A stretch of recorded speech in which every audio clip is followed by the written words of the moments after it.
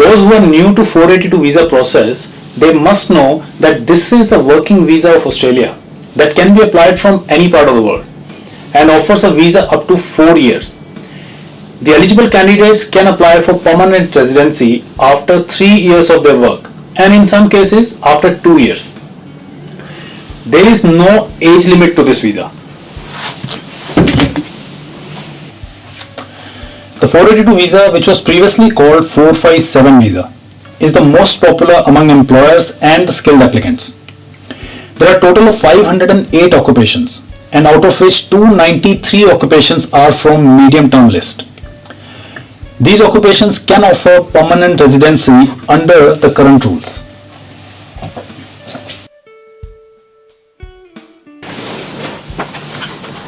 So the 482 visa process, or also known as TSS process, temporary skills shortage.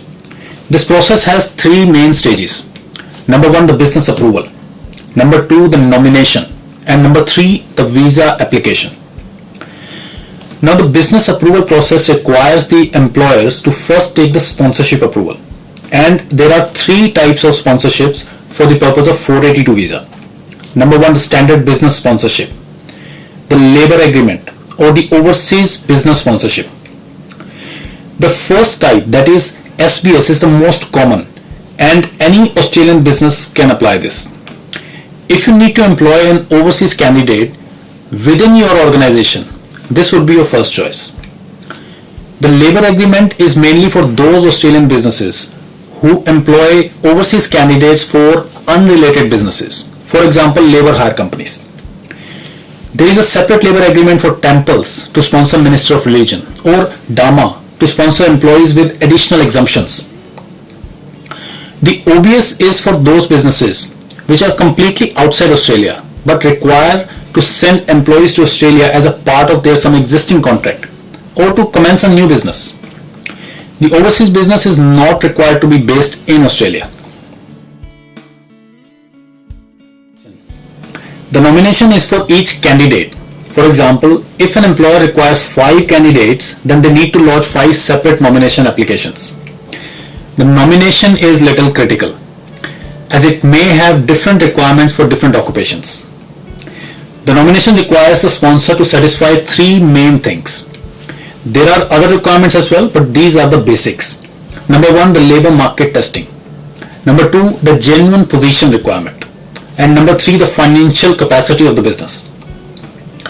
Now the labor market testing means that the employer must look for the required skills in the local market first, before sponsoring any overseas person. This may not be required in some cases.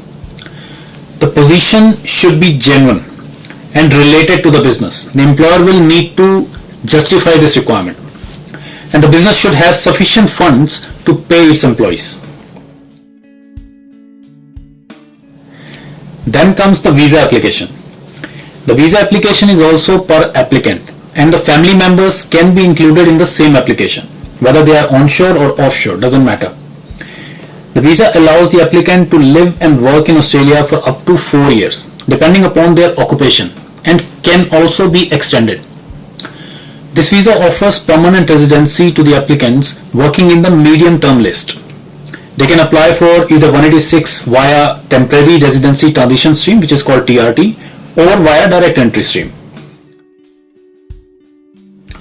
The processing time of nomination and visa depends upon the occupation and depends upon if the application was lodged decision ready or not. For example, as of today, shortlist occupations could take up to 4 to 8 months, or maybe a little longer depending upon the occupation title. A medium list occupation could be granted within 2 to 4 months. The processing time is different for the accredited sponsors because they have the priority. The applications can be approved within 1 to 7 days, same as priority skilled list. That also can be approved within 1 to 7 days. Changing employer, that is also fairly quick, which could take up to 1 to 7 days. If eligible, all 3 applications can be done on the same day. I strongly recommend taking professional help as there are many minute things that require attention. Now the cost of the visa.